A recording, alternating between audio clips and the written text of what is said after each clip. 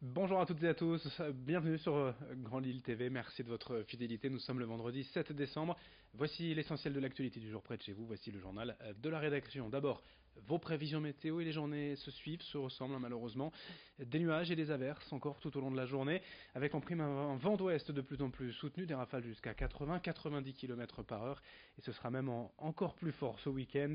Les températures elles restent douces malgré tout pour la saison, avec 12 degrés pour les maximales à Lille cet après-midi. On en reparle juste après ce journal. À la une, bien évidemment, cette nouvelle journée d'action et de mobilisation des Gilets jaunes demain. Plusieurs manifestations prévues en France, dans la région notamment ici à Lille. Sur les réseaux sociaux, plusieurs pages appellent à bloquer le pays tout le week-end. Les agriculteurs, les transporteurs routiers pourraient se joindre au mouvement et depuis plusieurs jours déjà. Les lycéens sont mobilisés dans les rues face à leurs établissements. Pour la première fois hier, une vingtaine de Gilets jaunes sont venus leur apporter leur soutien à Lille. Une forme d'encadrement aussi pour éviter les violences vécues mardi. Les Gilets jaunes présents hier nous ont d'ailleurs clairement annoncé qu'ils quitteraient les lycées en cas de débordement. Les manifestations donc se sont passées d'abord devant les lycées, puis place de la République dans le centre de Lille jusqu'au rectorat. Au final, tout de même 47 interpellations dans le département du Nord, mais le mouvement va se poursuivre. Écoutez notamment ce gilet jaune qui affiche donc son soutien aux jeunes lycéens au micro de Vincent Vieillard. Là, on est venu plus en soutien pour les jeunes, pour leur montrer que les gilets jaunes sont là pour eux aussi. Donc on a notre mouvement, mais qui est aussi en partie pour eux plus tard.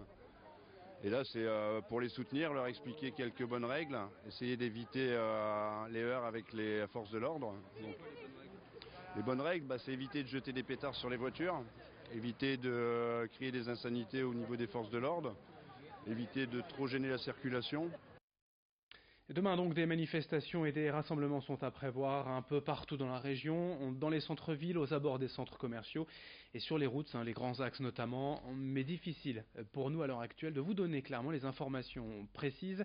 Restez connectés sur votre chaîne d'information régionale, sur notre site internet, notre application mobile et notre page Facebook Grand Lille TV pour être au plus près de l'actualité et être informé des blocages demain. On en reparle bien sûr dans nos prochaines éditions. Autre actualité, à Lille, dans cette édition, une image assez symbolique. Depuis hier, les portiques de sécurité sont en place à la station de métro de la gare Lille-Flandre. Un an après Lille Europe et 4 autres stations, le principal point de passage de la métropole lilloise est enfin équipé avec 90 000 voyageurs chaque jour. Ici, Lille-Flandre, c'est 20% du trafic du métro et mécaniquement, c'est le principal point d'entrée et donc de fraude. Pour Transpol, il est encore trop tôt tout de même pour connaître l'impact sur la fraude de ces portiques. La semaine prochaine, c'est une autre grande station lilloise, Porte des Postes, qui sera équipée. Pour les autres, ce sera progressivement jusqu'en 2020.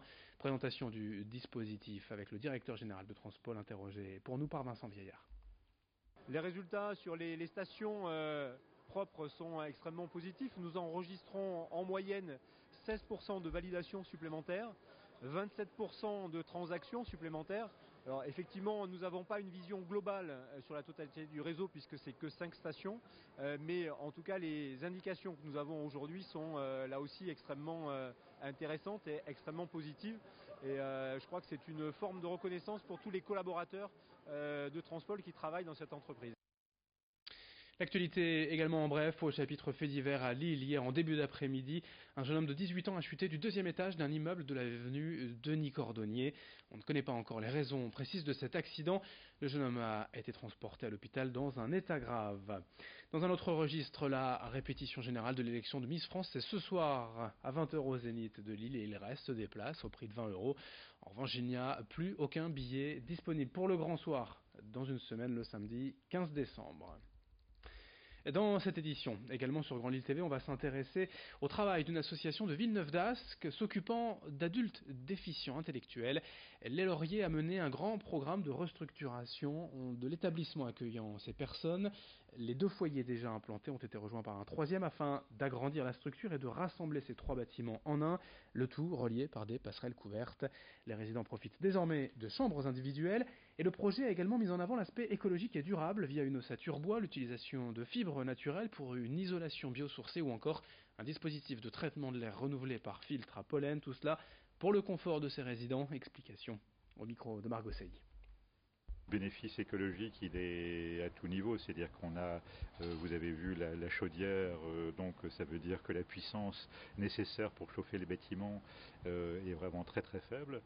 C'est un bâtiment qui est très étanche à l'air extérieur, mais avec un renouvellement d'air intérieur qui est géré par un dispositif de double flux, ce qui fait que l'on peut non seulement tenir compte du chauffage par des moyens extérieurs, mais aussi de la présence des personnes, c'est-à-dire que nous-mêmes, nous sommes porteurs de calories, nous sommes porteurs d'énergie, et on en tient compte dans les calculs, c'est-à-dire que les 26 résidents font partie du dispositif de chauffage, en fait, de leur propre lieu de vie. Hier, nous étions le 6 décembre, c'était la Saint-Nicolas, et vous avez peut-être aperçu près de chez vous celui qui a en partie inspiré le Père Noël. À l'école Jeanne d'Arc de la Madeleine, hier, le saint patron des écoliers n'a en tout cas pas manqué le rendez-vous à la rencontre des enfants. Pour l'école, c'est aussi l'occasion d'en dire un peu plus sur cette légende de Saint-Nicolas. L'histoire raconte que 3 enfants partis se promener se sont perdus, ont été recueillis par un boucher et ont été coupés en morceaux puis placés dans un saloir. Quelques années plus tard, heureusement, Saint-Nicolas a retrouvé les enfants, il les a ressuscités. Une histoire qui porte bien le nom de légende, mais que ces enfants de CE1 ont un peu de mal à croire. Écoutez certains d'entre eux au micro d'Idil Gunaï. Il était bien, c'est bien nous donner des cerceaux et aussi des jouets pour l'école, et je trouve que c'est bien, c'est gentil de sa part. Il a sauvé des enfants qui étaient découpés dans un saloir, mais c'est bizarre parce qu'ils étaient découpés puis après ils sont toujours vivants. C'était de la magie parce que les enfants ils étaient coupés en morceaux et 7 ans après c'est pas possible qu'ils soient vivants encore. C'est une légende. Allez, un mot de sport pour finir ce journal en football en Ligue 1. Pour l'instant, selon nos informations, le match Lille-Reims dimanche 17h au stade Pierre-Mauroy est maintenu. Déjà 6 rencontres de Ligue 1 ce week-end ont été reportées face aux manifestations des Gilets jaunes. Les forces de l'ordre et policiers sont mobilisés en nombre et la sécurité autour des stades n'est pas assurée selon les préfectures. Mais pour l'instant, le match Lille-Reims dimanche est maintenu.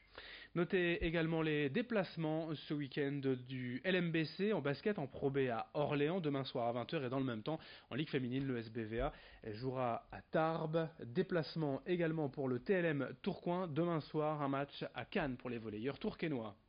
C'est la fin de ce journal. Dans un instant, d'autres informations en images. Merci de votre fidélité. Très bonne journée à toutes et à tous sur Grand Lille TV.